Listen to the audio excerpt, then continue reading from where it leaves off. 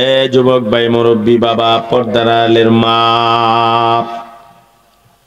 অন্তরের কান লাগাইয়া কথাগুলি শুনেন। আল্লাহ পাক কত মায়ার আল্লাহ, কত দয়ার আল্লাহ। আমার আল্লাহ নবীজিকে বলেন, বন্ধুগণ,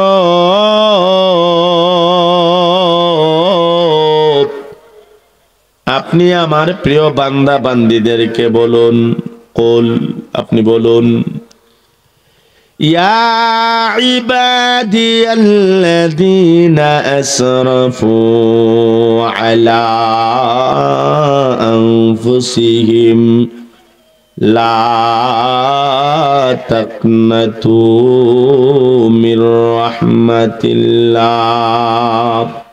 এটা কার কথা? আওয়াজ দিয়া বলেন। আহকামুল হাকিমিন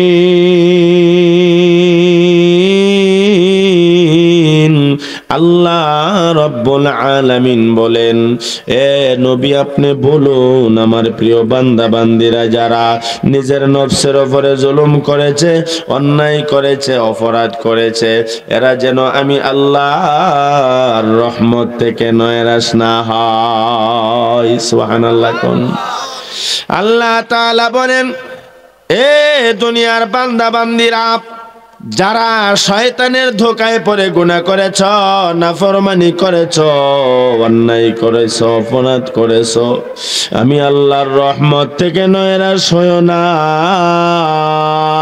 জিন্দেগীর গুনাহ লইয়া আমি আল্লাহর দরবারে মাফ চাও, ক্ষমা চাও।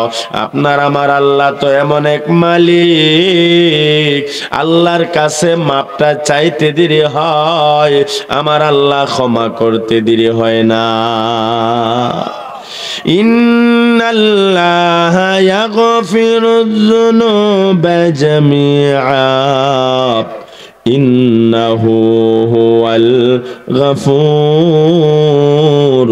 রহিম। আল্লাহ পাক রব্বুল আলামিন এমন এক দয়ার আল্লাহ, এমন এক মায়ার আল্লাহ।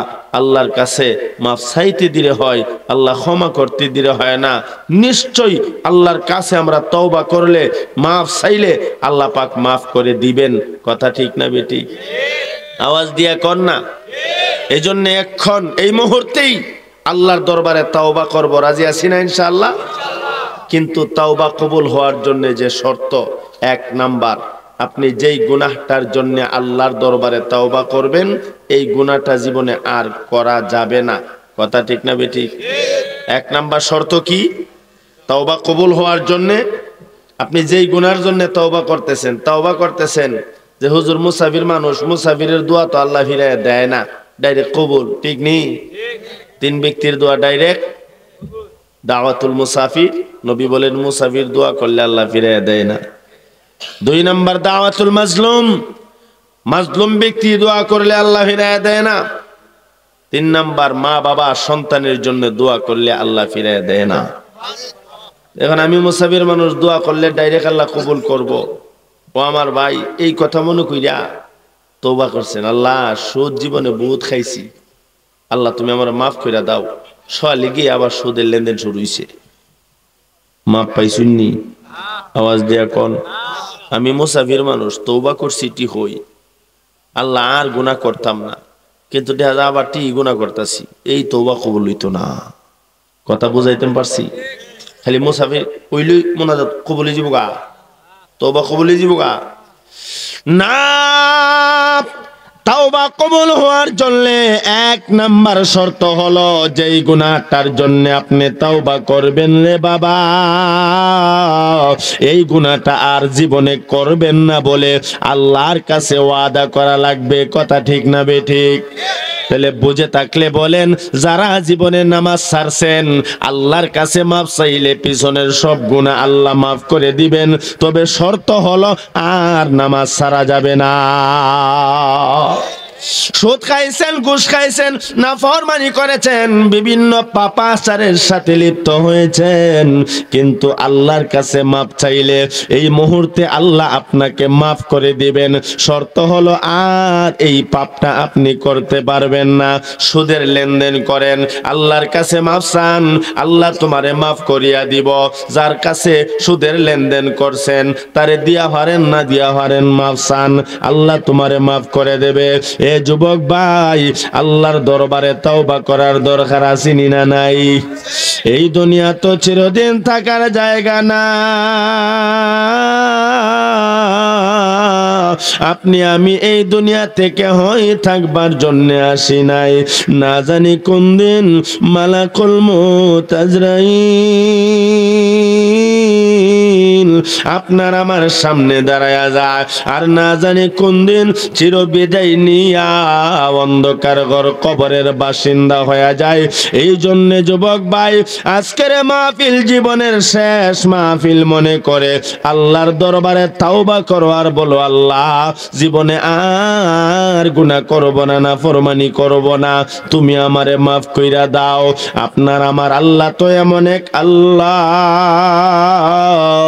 বান্দা বান্দি মাপটা চাইতে দেরি হই গো, আমার আল্লাহ ক্ষমা করতে দেরি হয় না। না সুবহানাল্লাহ বাইকে কইন, কারণ সুবহানাল্লাহ জোরে কইলে আমরা দেশের মা বোনরা শুনলে শরম না।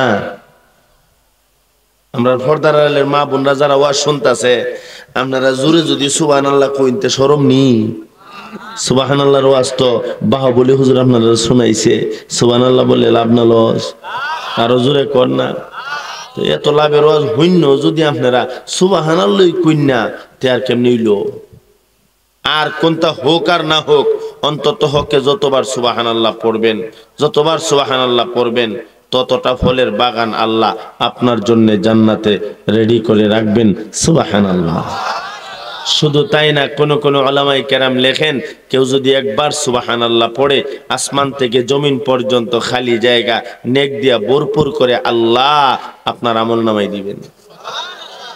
আমার ভাই বাহুবলী হুজুর আপনাদেরকে শোনাইছেন, একবার যদি সুবহানাল্লাহ পড়েন, সুলাইমান নবীর সিংহাসনের যত দাম, আপনার সুবহানাল্লাহর তত দাম। সুলাইমান নবীর সিংহাসনের কত দাম, এই কথাটা তাই কইছে না। কত দাম কইছিনি? কইছে?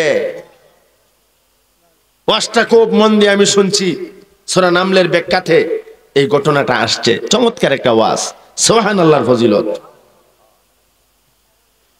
কিন্তু একবার সুবহানাল্লাহ পড়লে সুবহানাল্লাহর মর্যাদা আর দাম আল্লাহর কাছে কত বেশি। হযরত উলামায়ে কেরাম লেখেন, সুলাইমান নবীর সিংহাসনের দাম আর মর্যাদা যত বেশি, একবার সুবহানাল্লাহ বললে আল্লাহর কাছে সেই সুবহানাল্লাহর দাম তত বেশি। এখন আসলে সুলাইমান নবীর সিংহাসনের দাম কত? 500 টাকা, 1000? তাই কিন্তু কইছে না। আর কইব কেমনে? এই ঘটনার ভিতরে সুলাইমান নবীর সিংহাসনটা কত দাম উল্লেখ নাই। কিতা নাই? উল্লেখ নাই। তবে একটা ধারণা আছে সুলাইমান নবীর সিংহাসনটা কত দাম, এটা উল্লেখ নাই। তবে অনুমান করবার জন্য একটা ধারণা হাসিয়াতে লেখছে। কি অনুমান? সুলাইমান নবীর সিংহাসনটা 27 মাইল ফাঁস ছিল। কমাল ফাঁস 27 মাইল ফাঁস আর 27 মাইল লম্বা। 27 মাইল ফাঁস যদি হয় আর 27 মাইল লম্বা হয়, তাহলে সিংহাসনটা কত বড় হয়? বরকাফন থেকে বড় না ছোট? বরকাফন কি 27 মাইল ফাঁস? হ্যাঁ, 3 মাইলও তুই তো না, 2.5 মাইল হইব না, 5 মাইলও ধরলাম, কিন্তু 27 মাইল না তো। আমি আপনাদেরকে বলি, 27 মাইল ফাঁস আর 27 মাইল লম্বা। মিডল পয়েন্টে পয়গম্বর সুলাইমান নবী বসতেন। ডানে 13.5 মাইল, বামে 13.5 মাইল। কিলোমিটার না, কিন্তু মাইল। মাইল বুঝুননি? সামনে 13.5 মাইল, পিছনে 13.5 মাইল। সুলাইমান নবী মিডল পয়েন্টে বসতেন। জোরে কোন সুবহানাল্লাহ। এত বড় সিংহাসন, একটা চেয়ারটার কত দাম হইব, এটা অনুমানটা আপনাদেরকে দিতে পারবো, হিসাব আমি বলতে পারবো না। অনুমানটা কেমনে? কিতাবে লেখে 27 মাইল ফাঁস আর 27 মাইল লম্বা এই বিশাল সিংহাসনটা অর্ধেক স্বর্ণ ছিল আর অর্ধেক রূপা ছিল। সুবহানাল্লাহর ফজিলত বর্ণনা হইতাছে, মাগার সুবহানাল্লাহ নাই। আরো আসতে হইছে সুবহানাল্লাহ, আরো জোরে সরে বলেন সুবহানাল্লাহ। এত বড় বিশাল সিংহাসন অর্ধেক স্বর্ণ অর্ধেক রূপা দিয়া বানাইলে কত টাকা লাগবো? হিসাব আছে? হিসাব নাই, একটা ধারণা দিয়া দিলাম। এত বড় বিশাল সিংহাসন স্বর্ণ আর রূপা দিয়া বানাইছে, তবে যেই তক্তা দিয়ে বানাইছিল, যেই তক্তাটা দিয়া পয়গম্বর সুলাইমান নবী সিংহাসনটা বানাইছিল, এই যে এটা একটা চেয়ার, এটার তক্তা আসেনি? তক্তা আছে না? এটা ফুর কত হইব? 3 ইঞ্চি ধরুন না, 5 ইঞ্চি হই, এর থেকে বেশি না তো, না 10 ইঞ্চি ধরলাম। এটা একটা চেয়ার, কিন্তু সুলাইমান নবীর চেয়ারটা ছিল 1 মাইল ফাঁস, 1 মাইল দৈর্ঘ্যটা। সুবহানাল্লাহ কন্যা, 1 মাইল পরিমাণ মোটা বিশাল সিংহাসন। এই সিংহাসন স্বর্ণ রূপা দিয়া বানাইয়া আল্লাহ রাস্তায় দান করলে যেই সওয়াব, একবার আপনি সুবহানাল্লাহ বললে সেই সওয়াব। জোরে সুরে পড়ুন সুবহানাল্লাহ, আরো জোরে পড়ুন সুবহানাল্লাহ। যাই হোক, আমি যেই কথা আপনাদেরকে বোঝানোর উদ্দেশ্য ছিল, আল্লাহর দরবারে তওবা করব, শর্ত হলো যেই গুনাহের জন্য তওবা করব, এই গুনাহ জীবনে আর করব না। আল্লাহ পাকের কাছে এই ভাবে তওবা করলে মাফ করে দিবেন কি দিবেন না? আওয়াজ দিয়া কোন না। একটা কিচ্ছা মনে হইছে, কইলাই হুজুর 2-1 মিনিট একটা কিচ্ছা কইলাই, আমার এক উস্তাদের কাছে শুনছি। ও আচ্ছা, পিছনে মানুষ দাঁড়াই রইছে, আমি তো ভাবছিলাম আজ যা শরম একটা ফাইমু মনো, মানুষ খুব কম, এখন তো দেখা যায় গইতো না। আমার ভাই, আল্লাহর দরবারে তওবা করলে আল্লাহ কবুল করেনি না করে না? আল্লাহর বান্দা এক বুড়া মানুষ, আমি আমার এক উস্তাদের কাছে শুনছিলাম, উনি কোন কিতাব থেকে পাইছে আল্লাহ জানে, শাইখুল হাদিস আমার উস্তাদ মুকাররম। তো হুজুর বলছেন, হুজুরের জবান থেকে শুনছি, এক আল্লাহর বান্দা বুড়া, 50 থেকে 60 বছর বয়স। কত বছর বয়স? আরো জোরে কোন। 50 থেকে 60 বছরের বুড়া বয়ে বয়ে আল্লাহরে ডাকে, আল্লাহ তুমি আমার মাফ করে দেও না। সুবহানাল্লাহ কোন না। আমরা দেশে মুরব্বীরা নামাজ পড়ে না, রোজা রাখে না, কিন্তু রাত্র গভীরে আল্লাহর দ্বারা মাফ চাইনি না চায় না? আরো জোরে কোন। সামানি রাত্র গভীর একদিন মাহফিল থেকে হুজুর যাইতেছি বাড়ি, রাত্র গভীর প্রায় 3টা 3:30 বাজে, দেখি এক ঘরের ভিতর থেকে গজল শোনা যা। কি শোনা যা? খোদা তোমায় আমি ডাকতে জানি না, আরে ডাকার মতো ডাকলে খোদা তুমি কেমনে শোনো না। কথা তো বালা, বইরা গজল কয়। কিচ্ছাটা কইতাম নেই, মজার একটা কিচ্ছা, হুজুর অনুমতি দিলে 2-1 মিনিটে কইয়া লাই। আমরার জন্য একটা সবক আছে। 50-60 বছরের বুড়া যারা গুনাহ করছেন, আল্লাহর কাছে মাফ চাইলে আল্লাহ মাফ দিবনি না দিত না? আরো জোরে কোন, দিবে কি দিবে না? আপনারা বইয়া বইয়া আরামসে ওয়াজটা শুনবেন, আর আমার যুবক ভাইয়েরা এরা দাঁড়ায়া শুনবো, এটার নাম ইনসাফ হইছে? ইনসাফের বিচার করলে যাদের সামনে খালি জায়গা আছে মহব্বতের সাথে জিকির করেন, আর সামনের খালি জায়গাটা বরাট করে বসেন। সামনে চমৎকার আলোচনা আসতেছে, জিকিরের সাথে সাথে সবাই আগায় আগায় বসেন। সকলে পড়েন লা ইলাহা ইল্লাল্লাহ, জোরে লা ইলাহা ইল্লাল্লাহ।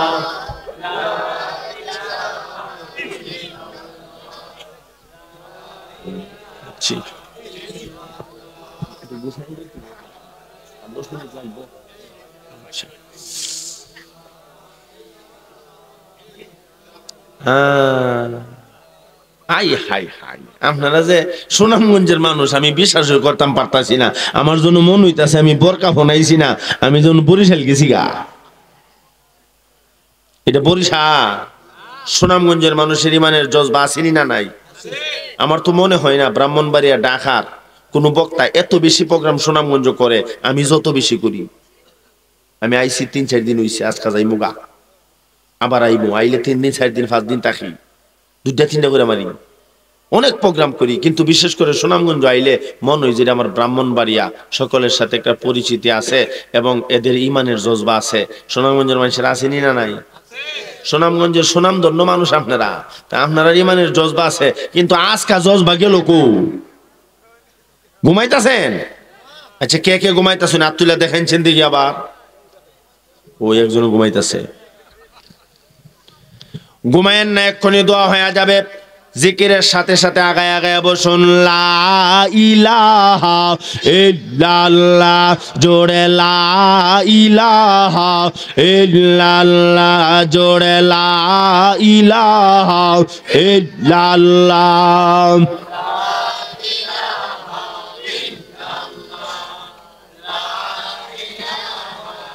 ইল্লাল্লাহ, জোরে লা ইলাহা ইল্লাল্লাহ, লা ইলাহা ইল্লাল্লাহ। আসমান জমিন গায়রুল্লাহ, পড়েন আসমান জমিন গায়রুল্লাহ, নদী নালা গায়রুল্লাহ, পাহাড় পর্বত গায়রুল্লাহ, আমার মাবুদ শুধু এক আল্লাহ, লা ইলাহা, জোরে লা ইলাহা ইল্লাল্লাহ, লা ইলাহা ইল্লাল্লাহ, লা ইলাহা ইল্লাল্লাহ। আসিয়া বলে আল্লাহ আল্লাহ, পড়েন আসিয়া বলে আল্লাহ আল্লাহ, ফেরাউন দিল কত জ্বালা, আসিয়া বলে আল্লাহ আল্লাহ, ফেরাউন দিল কত জ্বালা, আমার আল্লাহ বলেন ও জিবরাইল, আল্লাহ বলেন ও জিবরাইল, খুলে দাও জান্নাতের তালা, লা ইলাহা ইল্লাল্লাহ, জোরে লা ইলাহা ইল্লাল্লাহ, লা ইলাহা ইল্লাল্লাহ, জোরে লা ইলাহা লা ইলাহা ইল্লাল্লাহ। যারা দাঁড়ায় রয়েছেন জিকিরের সাথে সাথে ভাই বসে যান। তোবার একটা আদব আছে, দাঁড়ায় না, বৈশা এক্ষুনি তওবা হয়ে যাবে। আমি শুরুতেই বলেছি আলোচনা লম্বা হবে না, আলোচনা করার সেই সময়ও আমার হাতে নেই। একটার ইন্না লিল্লাহ খিতাও একটার ভিতরে মোনাজাত দিতাম, কইছেন একটা তো বাইজে গেছে গা, কইছিনি কামহান সোয়ালে তো হেরা গিয়া কইব ওই হুজুরে দাওয়াত দিস না, আইনি সোয়ালে গিয়া নে আবার কোন হুজুরে দাওয়াত দিস না, হুজুরে মিছা কথা মাথে। একটার ভিতরে ক্লোজ দিবার নিয়ত আমার, কারণ আমিও রাত্রে রাত্রে যাইতাম, পারলে পরে ফজরটা হইরে একটু ঘুমাইতাম, এই জন্য তাড়াহুড়োই করছিলাম। মানে একটা তো বাইজে গেছে গা, 4 মিনিট 5 মিনিট কম একটা বাজে। কিচ্ছাটা কইলাই কইতাম নি চাল্লা, আচ্ছা যাক, আর সাড়া খাইলাম না, কিচ্ছাটি কইলাই। তবে কিচ্ছাটা বলবো, ওই যে 3 জন আল্লাহর ওলি দাঁড়াই রয়েছেন, আপনারা তো বয়ে যান গা, বসে যান, বইসা যান। এই যে লাল টুফি, এই তো বেড়ই বয়ে যান গা, মাশাআল্লাহ মারহাবা। এই যে আরো 2 জন বই রইছে, কি ওরা দি পুলিশের পোশাক দেখা যায়, আবার পুলিশ নিয়ে আইছে। আচ্ছা যাক, মাশাআল্লাহ বয়ে যান গা। এই যে পিছনে আমার দুস্থ, তোমরা ধর্মের বাই লাগো তো আয় হরো আউকা, ওই তো খার হইছে, যে খার হইছে আইতো না। ও আমার ফিস দেখা রইছে, এই তো তোমার তো বেড়ো একটা না রে তাকবীর, আইতা আছে আইতা আছে। লিজাতের স্লোগান তো শুনছি না, আইতাছে আইতাছে, কেডা আইতাছে? বোরকাহনের যুবকরা আইতাছে। মোটামুটি আশা শেষ। 2-1 মিনিটে কিচ্ছাটা কইয়েই দোয়া করে লইতাম। আমি যতক্ষণ মাইকে আসি কেউ যাইতেন না। রাজি আছেন ইনশাআল্লাহ? আরো জোরে কোন রাজি আছেন? রাজি থাকলে একটা আওয়াজ দেন, নারে তাকবীর, নারে তাকবীর। জামিয়া ইসলামিয়া হাফিজিয়া মাদ্রাসা, বরকাফন মাদ্রাসা, নারে তাকবীর। আল্লাহর বান্দা বুড়া মানুষটা কান্দে আর কো, আল্লাহ আমার বন্ধু বান্ধব ভাই বেরাদর অনেকেই মারা গেছে, আমার কালা চুলগুলি সাদা হয়ে গেছে, আল্লাহ তুমি আমারে মাফ করে দেও। কি করে? ভালো করে শুনবেন, বুঝবার চেষ্টা করবেন। আল্লাহ তুমি আমারে মাফ করে দেও। বারবার কান্দে আর কো, আল্লাহ তুমি আমারে মাফ করে দেও। গাইবে আওয়াজ, কে জানি কো তোমার আল্লাহ মাফ করতো না। নাউজুবিল্লাহ কইতেন না। যুবক ভাই, মুরব্বী বাবা, পর্দার আলের মা, অন্তরের কান লাগাইয়া কথাগুলি শুনেন। আল্লাহর বান্দা বুড়া মানুষটা হাও মাও করে কান্না করে আর বলে, মালিক ও দয়াময় আল্লাহ, দয়া করে মেহেরবানি করে তুমি আমারে মাফ করে দাও। তুমি যদি মাফ না করো গো, আমি কোথায় যাব, কার কাছে যাব? যাওয়ার মতো আর কোনো জায়গা আসেনি। আওয়াজ দিয়া কোন, তুমি বিনে কারো কাছে আল্লাহ করিব রোদন। কন্যা সবাই, তুমি বিনে কারো কাছে আল্লাহ করিব রোদন। তুমি সারা কে বুঝিবে আমরার মনেরই বেদন। তুমি সারা কে বুঝিবে আমরার মনেরই বেদন। ঠিক না? আল্লাহর বান্দা বুড়া মানুষটা কান্দে আর বলে, মালিক তুমি যদি আমারে মাফ না করো গো, আমি কোথায় যাব আর কার কাছে গিয়া মাফ চাইব?